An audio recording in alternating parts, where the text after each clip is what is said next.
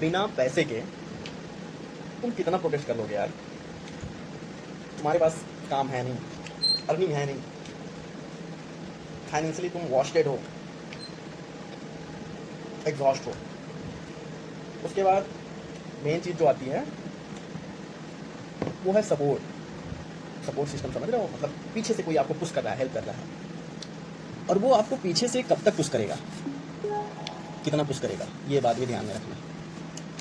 तो मैं इस प्रोटेस्ट के अगेंस्ट में नहीं हूँ। इनफैक्ट मैं भी चाहता हूँ कि बदलाव ज़रूरी है और पॉजिटिव चेंजेस आना बहुत ज़्यादा ज़रूरी है, खास करके एक ऐसे देश में जहाँ पर एक होता है ना कि डाइवर्सिटी और एक होता है मल्टी लेयर डाइवर्सिटी। तो हमारे इंडिया में जो है वो मल्टी लेयर डाइवर्सिटी है। अब मल्टी लेयर डाइवर्सिटी क्या होता है?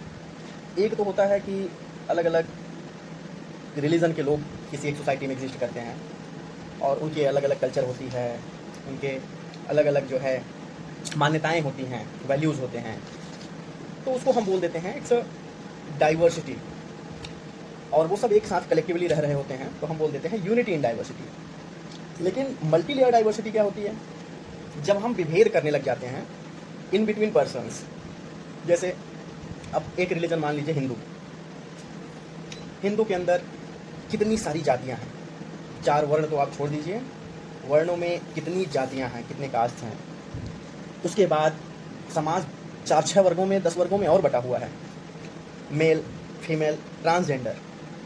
अब ट्रांसजेंडर में भी मल्टी लेयर है, LGBTQA+I, पता नहीं, मतलब अब इससे मैं इनका अपमान नहीं कर रहा हूँ, मैं कह रहा हूँ कि पॉसिबिलिटीज़ जहाँ तक आपकी सोचने की है, हो सकता है चीज़ें उससे भी ज़्यादा अधिक हों।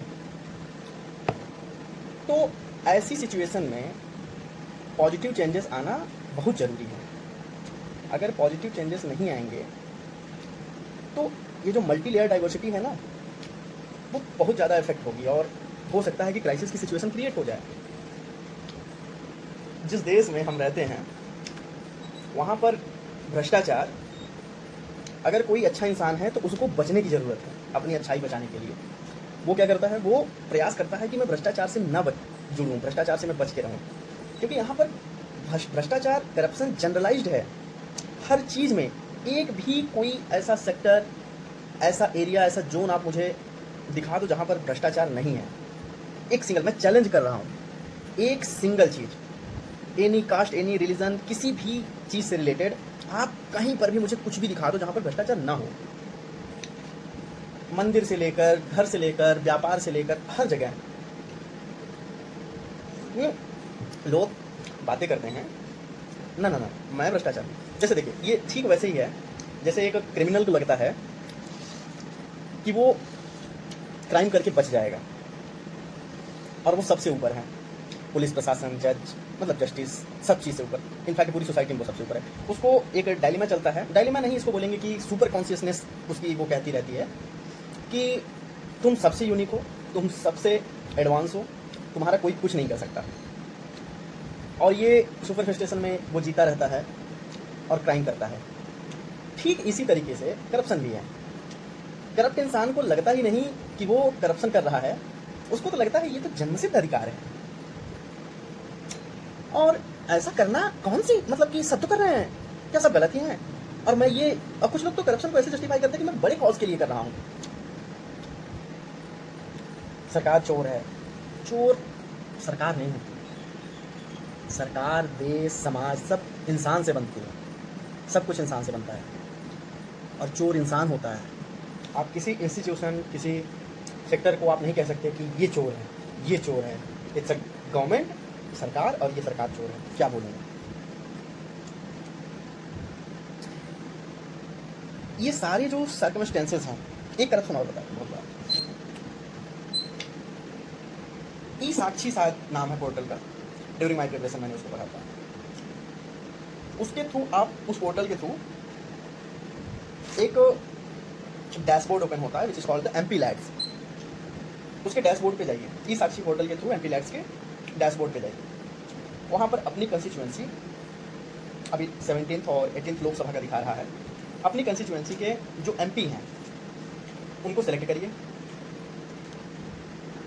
और उनको कितना पैसा सैंक्शन हुआ है कितना बजट उनको एलोकेट हुआ है, कितना उन्होंने खर्च किया है और कहाँ खर्च किया है, ये आंकड़े देखिए आप। मैं आपको एक आंकड़ा दिखाने का जो है ना थोड़ा सा प्रयास करता हूँ, शायद जो है कुछ समझें आप। ये रहा, लेट मी रिवर्स वेल हो, तो ये रहा कुछ ऐसा। इसमें ये है MP लैट्स की साइट। अब मैं थोड़ा इसको पास मिलाता हूँ। ये रहा डैशबोर्ड।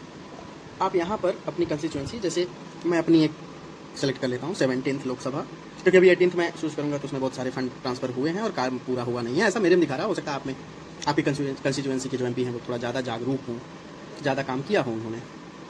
उसके बाद यहाँ पर मैं अपनी कंस्टिट्यूंसी सेलेक्ट करूँगा। सॉरी, ये उत्तराखंड मैंने सेलेक्ट कर लिया था, जबकि मैं उत्तर प्रदेश से हूँ। ये मैं इंडिया में कह सकता हूँ कि मैं उत्तर प्रदेश से हूँ।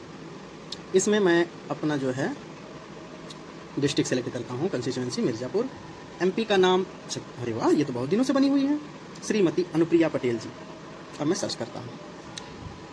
अब आप ध्यान से देखिए, allocated limit for honourable MPs 10 crore 27 lakh.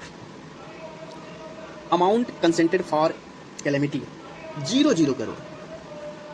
Work recommended number है 20, यानी कि 20 काम इन्होंने रिकमेंड करा था, जिसकी लागत थी 9 करोड़ 52 लाख रुपए। वर्क सैंक्शन 20 के 20 काम इनके जो है सैंक्शन हो गए थे, उनको अनुमति मिल गई थी, और उसकी लागत वही सेम 9 करोड़ 52 लाख जितना उन्होंने दिया था। कोई अच्छा, इन दोनों के बीच में ये और ये, इन दोनों के बीच में जब ये वर्क जो रिकमेंड किया जाता है, वर्क सैंक्शन होता है, तो एक शॉर्ट जो है ना समरी, एक ब्रीफिंग होती है कि जो आपने काम रिकमेंड करा है उसका जो खर्च आप अनुमानित लगा रहे हैं वो लेजिटिमेट है कि नहीं, उसकी क्रेडिबिलिटी है कि नहीं। तो इसमें थोड़ा बहुत 2-4 लाख रुपए कम ज़्यादा कर दिया होता, लेकिन इन्होंने जितना रिकमेंड किया आपने उतना सैंक्शन कर दिया कि ले जाओ भाई, ओके। फिर उसके बाद आता है यहाँ पर कि वर्क कंप्लीटेड, 6 काम सिर्फ पूरा हुआ है और 6 काम में लग गए हैं 6.62 crore. Expenditure on completed and ongoing works as on date 9.21 crore, मतलब पूरा इन्होंने दिखा दिया कि लगभग खत्म ही है। अब आइए मैं आपको एक जस्टिफिकेशन देता हूँ। इनका पहला काम है नॉर्मल और अदर्स। ये है लाइटिंग ऑफ पब्लिक स्पेसेस, मतलब पब्लिक स्पेस में जो है लाइटिंग की व्यवस्था इन्होंने करवाई है। Mirzapur district magistrate Mirzapur, Shrimati Anupriya Patel. Work description ये establishing of solar energy based battery backup and at Vallabh Bhai Patel inter college Gangapur, installation work. ठीक है, अब ये आप दोनों चीज़ें नोट करिए। पहला काम है इनका the establishment of solar energy based battery backup at Vallabh Bhai Patel inter college Gangapur, installation work. 3 फरवरी 2026 को ये काम कंप्लीट हुआ है। थोड़ा जूम करके मैं दिखाता हूँ कंप्लीटेड डेट। काम की लागत जो है 8,41,000। फोटो भी है, मैं ये भी दिखाता हूँ आपको, मैं सब कुछ दिखाऊंगा आपको, डोंट वरी। ये फोटो क्या है, आराम से 3 फरवरी, इसको मैं डाउनलोड करता हूँ, फोटो सेव करता हूँ, सेव, ओपन करता हूँ, ये ओपन हुआ 8,41,000 रुपये में। 1 2 3 4 4 8 बैटरी है, 15 30 45 60 60 1,20,000, 1 लाख का पैनल, ये 2 लाख मान लिया भैया, 2 लाख का पैनल, 1,20,000, 2 लाख का पैनल, 30,000 रुपये इंस्टॉलेशन का मान लिया, 1.5 2 3 3.5 लाख रुपए। 3.5 लाख रुपए को एक, ये मैक्सिमम है, इट मैक्सिमम, इससे ज़्यादा तो नहीं ही हो सकता। 3.5 लाख रुपए को इन्होंने क्या दिखाया है, ये मैं नहीं कहूँगा, आप देखिए। 8,41,265 हो सकता है बाकी का GST है। एक और आपको मैं दिखा दूँ, हंसेंगे आप, हंसेंगे, नहीं हंसेंगे आप तो मैं आपको हंसा दूंगा। देखिए 4 फरवरी 2026 को इनका काम कंप्लीट हुआ है। ये है क्या, establishment of a solar energy based mini water supply scheme at Shri Ram Prasad Singh girls inter college Sherpur Mirzapur. इसमें आप पहले इस इमेज को देखिए, सेव करता हूँ मैं, सेव हो गया। अब मैं इस इमेज को ओपन करता हूँ और ओपन करने के लिए मैं ओपन इन डाउनलोड्स खोल लेता हूँ। हाँ, ये आया भैया, ये 8,84,000 रुपये में बना है। कितने का हो सकता है, इसमें अनुमानित खर्च आपको कितना लग सकता है? मुझे लगता है कि इस पूरे सोलर पैनल की जो कॉस्टिंग होगी, इस सोलर पैनल की कॉस्टिंग दिया मैंने 1 लाख, ठीक है। ये पूरा जो स्ट्रक्चर है, ठीक है, इस पूरे स्ट्रक्चर को मैंने दिए 50,000 रुपये। कितना? 50K। ये जो पानी की टंकी है जो 2-4 हज़ार रुपये की आती है, इसको मैंने दिया 10,000। अब जब जो है ये इतना सब कुछ हुआ है तो इधर एक मुझे हैंडपम्प दिख रहा है। मान लीजिए हैंडपम्प स्कूल में पहले से रहा होगा, क्योंकि लागत में तो उन्होंने इतने का ही बस जिक्र किया है, बोरवेल का तो कोई जिक्र किया नहीं है। फिर भी मैं कह रहा हूँ कि ये जो बोरवेल का सेक्शन दिख रहा है, यहाँ से पानी की सप्लाई टंकी तक जाए, इसके लिए जो है इन्होंने बोरिंग भी करवाई होगी। उसकी कॉस्टिंग भी मैं जोड़ ले रहा हूँ 40K। कितना बन रहा है? 50, 10, 60, 40, 1 लाख प्लस 1 लाख, टोटल 2 लाख। महारानी जी, ये 2 लाख रुपए का खर्च, ये मैक्सिमम है, ये मैक्सिमम है, समझ रहे हैं? ये 2 लाख रुपए का खर्च कैसे 8,84,000 रुपए में बदल जाता है? ये पोर्टल भी उन्हीं का है। कैसे आप इसको जस्टिफाई करेंगे? Only one question. इस पूरे प्रोजेक्ट को, और ये तो छोटा छोटा, एक तो मैं आपको बताऊं कि जब इनका सेशन एंड होने वाला था, 17 लोकसभा जब जाने वाली थी, अचानक से ये एक अंतिम में एक काम इनका कंप्लीट होता है जिसकी फोटो नहीं है, नहीं तो मैं दिखाता। उसकी कॉस्टिंग है 6,26,77,539 रुपए। मैं झूठ नहीं बोल रहा हूँ। आप अगर देख पा रहे होंगे तो शायद आप इस चीज को देखेंगे। मैं जूम करता हूँ। इसकी कॉस्टिंग है 6,26,77,539 रुपए।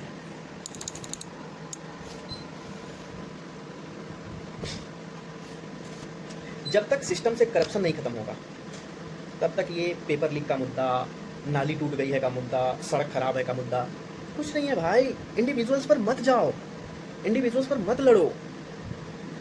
एक होता है ना, एक होता है, मान लीजिए आपको VSD है, VSD ventricular septal defect. Due to VSD आपकी सांस फूल रही है। Due to VSD proper blood की सप्लाई नहीं हो रही है। ड्यू टू VSD आपके लंग का प्रेशर बढ़ा हुआ है। तो आप किसके लिए लड़ेंगे? ब्लड सप्लाई की एक ब्लड रेगुलेटरी की दवा खाएंगे। आपका सांस फूल रहा है तो आप एक दमा की दवा खाएंगे। ऑक्सीजन का फ्लो सही नहीं है तो एक ऑक्सीजन का बैग लगा लेंगे, सिलेंडर लगा लेंगे। क्या करेंगे आप? नहीं, चौथा विकल्प है कि आप VSD को क्लोज करेंगे, which is called the ventricular septal defect. मैं तो बात कर रहा हूँ कि करप्शन के पर्टिकुलर एक एक पॉइंट पर आप लड़ेंगे जो व्याप्त है। सड़कें टूटी हुई हैं, गड्ढा सीवेज खुला हुआ है, पेपर लीक हो रहा है, नौकरियों में लोग गलत तरीके से सर्टिफिकेट बना के घुस जा रहे हैं, हॉस्पिटल में भ्रष्टाचार है, सही मेडिकल फैसिलिटीज़ नहीं है, दवाइयाँ उपलब्ध नहीं है, उपलब्ध हैं तो उसमें भी करप्शन है। वो बाहर बोल देते हैं, बाहर टेस्ट करवाने के लिए बोल देते हैं इतनी भीड़ है, इतना लोग हैं, और लोग मान भी लेते हैं। लेकिन नहीं है भाई, भीड़ है तो वहाँ पर कैपेसिटी बिल्ड करो, आप क्षमता का निर्माण करो। आपके पास पैसा है, धन है, जो लीकेज ऑफ मनी है, मनी फ्लो है, आप उस पर कंट्रोल करो, सही तरीके से यूटिलाइज करो। और ये करने के लिए किसी एक व्यक्ति की नहीं बल्कि कलेक्टिव रिस्पॉन्सिबिलिटी की जरूरत है। बहुत पैसा है हमारे पास। वो अरविंद केजरीवाल बोलता था ना कि बहुत पैसा है हमारे पास। सच में बहुत पैसा है भाई, भारत देश के पास बहुत पैसा है। इतना पैसा कि आप उसको संभाल नहीं पा रहे हैं, सच में नहीं संभाल पा रहे हैं। करप्शन भी उसी का पार्ट है। जब कोई चीज़ हम संभाल नहीं पाते हैं ना तो वो इधर उधर बहने लगती है। जैसे मान लीजिए बांध से पानी का फ्लो आ रहा है, नाली बनी हुई है, नाली में पानी आ रहा है, खेतों तक जाना है उसको। अब आप देखेंगे कि अब नाली समतल पर है तो ठीक है, पानी का फ्लो बना हुआ है। मान लीजिए थोड़ा ऊंचाई नीचाई है तो हर एक सेक्टर भी छोटे बड़े तो हैं, उसी को आप मान लीजिए कि ऊंचाई नीचाई है। तो जैसे ही हमारा हाई पॉइंट आने वाला होगा उसके जस्ट नीचे एक जो है ना प्रेशर क्रिएट होगा। और अगर अगल बगल की वॉल मेड जो है, अगर वो जिस साइड से कमज़ोर होगी उसको तोड़कर वो पानी, क्योंकि फ्लो ऑफ वाटर तो आप कमज़ोर, अगर किसी कोई चीज़ मिलेगा तो उसको तो तोड़ देगी। सेम है ये, आपका सिस्टम इतना खोखला है, सिस्टम आपका इतना घटिया है कि उसमें लीकेज हो रहा है। जब हम ड्रेनेज सिस्टम पढ़ते हैं, देखते हैं कि वाटर फ्लो हमारा शहरों में नगरीकरण ड्यूरिंग अर्बनाइजेशन, अगर हम सही प्लानिंग नहीं करते हैं तो सिटी प्लानिंग, तो वहाँ पर सिटी बनने के बाद बहुत सारी प्रॉब्लम्स आ जाती हैं। कचरे की समस्या आ जाती है, बाढ़ की समस्या आ जाती है, जल जमाव की समस्या आ जाती है। तो आप ऐसी समस्याओं को सिटी प्लान करने से पहले सोच लीजिए। एमपी को पैसे एलोकेट करने से पहले आप उसके प्रॉपर बजट को का निरीक्षण करिए, रिव्यू करिए। संस्थागत जो कमियां हैं, इंस्टीट्यूशनल जो हमारे ड्रॉबैक्स हैं, उनको मजबूत करिए।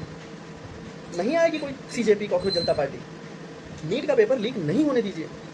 भ्रष्टाचार पर जब तक रोक नहीं लगेगा, कंप्लीटली बैन, तब तक ये सब कुछ ऐसे ही चलता रहेगा। और इन सब में हमेशा पीसा जाएगा आम नागरिक, गरीब नागरिक, जो कि बहुत बड़ी संख्या में देश में है।